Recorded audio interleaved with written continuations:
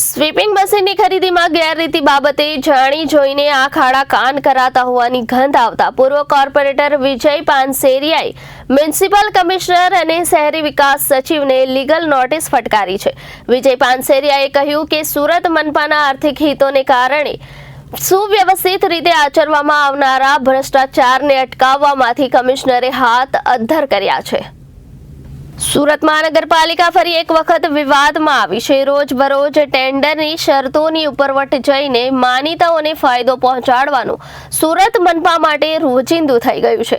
પાલિકાના અધિકારીઓને પણ આ કામમાં હવે ફાવટ આવી ગઈ હોય તેવું દેખાઈ રહ્યું છે। આ જ પ્રકારની એક ગેરરીતિ જે રોડ રસ્તાઓને મિકેનિકલ સ્વીપિંગ મશીન મારફતે સફાઈ કરવાના હેતુસર 16 મિકેનિકલ રોડ સ્વીપર મશીનની ખરીદી અને તેના 7 વર્ષના વ્યાપક સંચાલન અને જાળવણીની કામગીરીની સોંપણી સહિત વધુ 3 વર્ષ ઇજારો લંબાવવા બાબતના કામે જોવા મળી છે।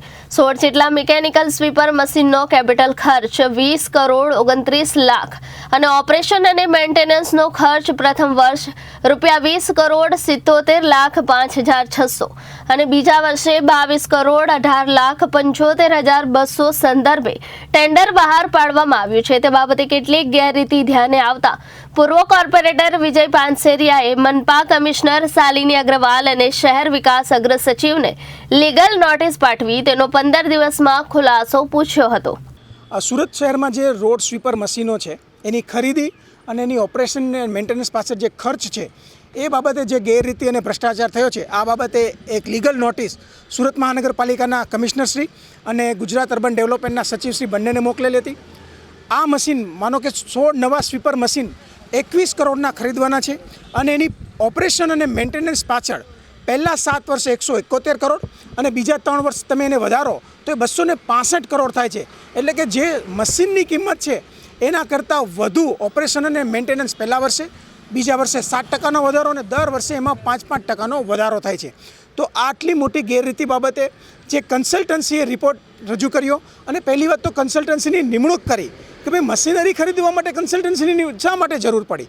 બીજી મહત્ત્વની વાત કે જ્યારે પણ આપણે કોઈપણ પ્રકારની મશીનરી ખરીદીએ છીએ તો શા માટે ડાયરેક્ટ કંપની પાસેથી ન ખરીદી અને આપણે કોઈ કોન્ટ્રાક્ટરની વચ્ચે રાખવો પડ્યો, કેમ કે કોન્ટ્રાક્ટરનો આમાં પ્રોફિટ અને એમાં એનું માર્જિન હોય છે।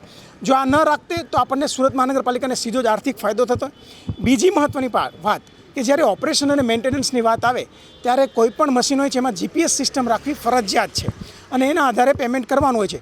પરંતુ સુરત મહાનગરપાલિકાએ GPS સિસ્ટમ તો રાખી, એના દ્વારા ખબર તો પડે કે મશીન કેટલું ચાલ્યું, કેટલા કિલોમીટર ચાલ્યું, ક્યાં ઊભું રહ્યું, નથી ચાલ્યું, પરંતુ જ્યારે પેમેન્ટ કરવાની વાત આવે ત્યારે એમાં કોઈ પણ પ્રકારનો ઉલ્લેખ કરવામાં આવ્યો નથી અને ફક્ત મેન્યુઅલ જ પેમેન્ટ કરી દેવામાં આવે છે। એટલે આ સમગ્ર બાબતે અલગ અલગ મુદ્દાઓ ટાંકીને એક લીગલ નોટિસ તૈયાર કરવામાં આવી। લીગલ નોટિસ એટલે તૈયાર કરવામાં આવી કે આની પહેલાં ઓલરેડી અમે સુરત મહાનગરપાલિકાના કમિશનરશ્રી, સચિવશ્રી અને મુખ્યમંત્રીશ્રીને લેખિતમાં રજૂઆત તો કરેલી, પરંતુ કોઈ પણ પ્રકારનો જવાબ નહીં આપતા 2 દિવસ પહેલાં સુરત મહાનગરપાલિકાના કમિશનરશ્રી અને ગુજરાત અર્બન ડેવલપમેન્ટના સચિવશ્રીને બંનેને એક લીગલ નોટિસ પાઠવવામાં આવી છે। જો લીગલ નોટિસનો જવાબ 15 દિવસમાં નહીં આપવામાં આવે તો અમે અમારા હાઈકોર્ટના એડવોકેટની સલાહ લઈ અને કાયદેસરની કાર્યવાહી કરશું અને જો હાઈકોર્ટમાં પિટિશન કરવાની પણ જરૂર પડી તો અમે હાઈકોર્ટમાં પિટિશન પણ કરશું। એક મશીનની કિંમત અત્યારે તમે ગણો તો 1.5 કરોડ આસપાસ થાય છે। 1.5 કરોડના મશીન પાછળ પહેલા વર્ષે 1.5 કરોડનું મેન્ટેનન્સ, બીજા વર્ષે 1 કરોડ 60 લાખનું મેન્ટેનન્સ અને દર વર્ષે 5% વધે। Reporter Arvind Rathod, Janadesh news, Surat.